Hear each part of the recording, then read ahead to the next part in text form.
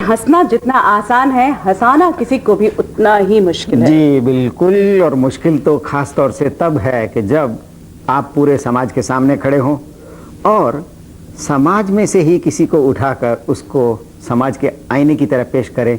जी हाँ, बात है थिएटर की। डेफिनेटली। और अगर हास्य के साथ तंज मिला दिया जाए तो व्यंग्य बनता है। हास्य प्लस तंज इज इक्वल टू व्यंग्य। जी बिल्कुल। We can have this equation. लेकिन नई सभ्यता नए नमूने, ये है नाटक का नाम, जिसे अभिनीत किया गया था कुछ दिन पहले इनहैबिटेड सेंटर में। इस प्ले में अभिनय किया और इसको निर्देशित किया था संजीव सचदेव ने। नमस्कार और स्वागत है आपका हमारे स्टूडियो में। Thank you. आप एक युवा नाटककार हैं, अभिनय भी करते हैं, निर्देशन भी करते हैं। जी। किस तरह के नाटक आप आजकल तैयार कर रहे हैं? देखिए, जहाँ तक कि डिमांड का सवाल है, ऑडियंस जो है, दिल्ली की ऑडियंस खासकर, जी, वो कॉमेडीज देखना पसंद करती है। बिकॉज रोज़मर्रा की ज़िंदगी में इतनी प्रॉब्लम्स हैं, इतनी ट्रेजेडीज़ हैं ऑलरेडी, तो लोग उस ट्रेजेडी से अलग निकल के थोड़ा हंसना, थोड़ा लाइट फील करना चाहते हैं। तो I think the demand is for comedies and I specialise in comedies. अगर मैं सही संख्या बता रहा हूँ तो 4 नाटक हिंदी में आपने तैयार किए हैं और 4 अंग्रेजी में। जी। इनके विषय क्या रहे?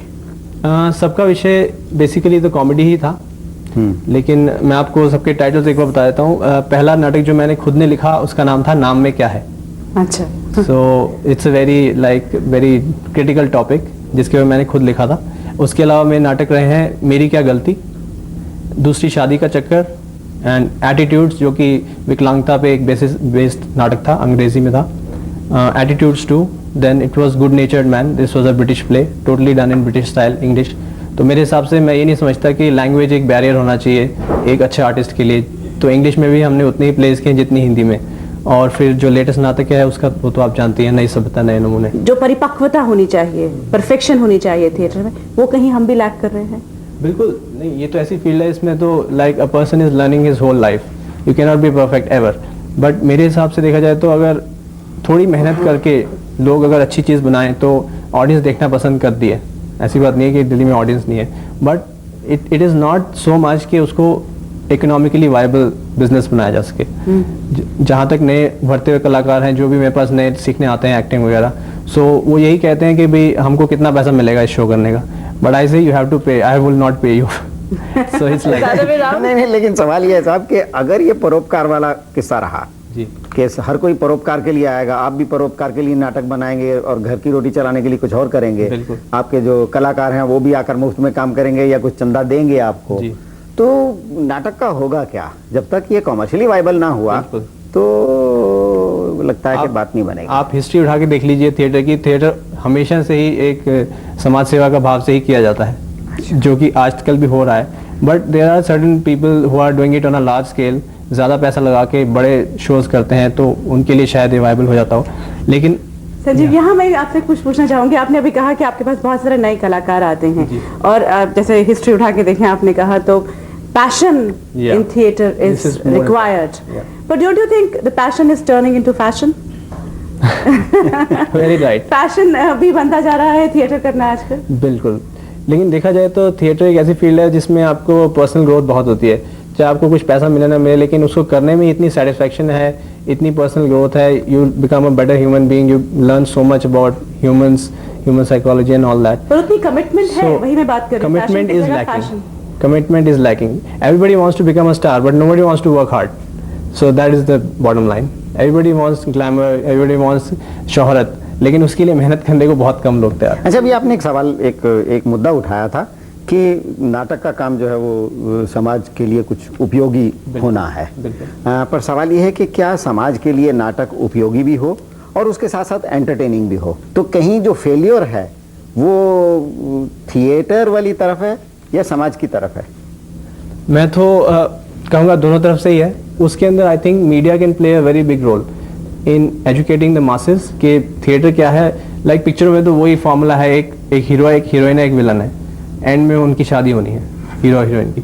लेकिन थिएटर में every play will have a different topic, every play will have something concrete for you to learn to educate yourself। और मेरे हिसाब से बच्चों के लिए तो बहुत ही ज़रूरी है ये चीज़ कि अगर स्कूल में जैसे रेगुलर क्लासेस के तौर पे अगर थिएटर सब्जेक्ट उनको पढ़ाया जाए तो मेरे हिसाब से उनकी पर्सनैलिटी डेवलपमेंट में बहुत फ़र्क आता है। They become a better human beings. Sanjeev, हमने आपसे बहुत सारी बातचीत की, लेकिन हम चलने से पहले आपसे एक गुजारिश जरूर करेंगे और हमारे सारे दर्शक भी वेट करेंगे। अपना जो नई सभ्यता नए नमूने, जी। उसमें आपने एक्ट भी किया है, जी। तो हमें कुछ एक छोटा सा परफॉर्म करके दिखा दीजिए, एक डायलॉग या एक दो डायलॉग। ओके। लास्ट का डायलॉग बहुत ही ड्रामेटिक है, तो I think I just say एक डायलॉग लास्ट का। आखिरी में क्या होता है कि जो प्रोटैगनिस्ट है वो पूरे प्ले में लोगों को बेवकूफ़ बनाता रहता है, उनसे पैसे ऐंठता रहता है, तो लास्ट में जाके लोग उसको इल्ज़ाम लगाते हैं कि जो तूने किया वो गलत है, लेकिन he is right in his own way. आज की सोसाइटी जो डिमांड करती है, he is become like that, so उसको अपने आप को एक्सप्रेस करता है वो। नीति का नाम मत लो बुलबुल, इस शब्द से मुझे बेहद नफरत है। नैतिकता का थोथा आदर्श केवल एक शब्द जंजाल है, दूसरों को उपदेश देने के लिए बहुत अच्छा साधन है, गरीबों को चूसने का एक शस्त्र है बस। और हां, जब तुम्हारे पिता घी में मिलावट करते हैं, अनाज में कंकड़ मिलाते हैं, तब कहां होती है ये नैतिकता? हां, मेरे पिता को झूठे आरोप लगाकर नौकरी से हटाया गया, तब कहां थी नैतिकता? मेरी बीमार मां ने मुझे कष्ट सहन कर मुझे पढ़ाया, मैंने ग्रेजुएट किया, वो भी फर्स्ट क्लास में। क्या फायदा हुआ? मुझे नौकरी नहीं मिली, दर दर घूमता रहा, हाथ पैर जोड़े, लेकिन मैं किसी सेठ, साहूकार, आला अफसर का भांजा भतीजा नहीं था। क्या यही मेरा दोष था? मुझे नौकरी नहीं मिली, मेरी बीमार मां ने मेरे सुखी घर के इंतजार में दम तोड़ दिया, मेरी इकलौती बहन को टीबी हो गई, कितना गिड़गिड़ाया, लेकिन सबने मुझे कुत्ते की तरह दुत्कारा, तब कहां थी नैतिकता? और तुम लोग मुझे नैतिकता सिखाते हो। अपने पिता से धोखाधड़ी कौन कर रहा है, मैं या तुम? अपने स्वार्थ के लिए उनसे रुपए ऐंठते समय कहां गई थी तुम्हारी नैतिकता? आज तुम जैसे लोगों के पैसों से मेरी बहन अच्छी हुई है, तुम्हारा उपकार नहीं भूलूंगा, लेकिन कृपया नैतिकता के नाम पर केवल शब्द मत थूको। वाह वाह, बहुत अच्छा बहुत संजीव, शानदार, बहुत हमारी पूरी शुभकामनाएं आपके साथ हैं, और ये आपने जीवन की सच्चाई हमें दिखाई, लेकिन फिर भी हम यही कहना चाहेंगे कि नैतिकता है और रहेगी।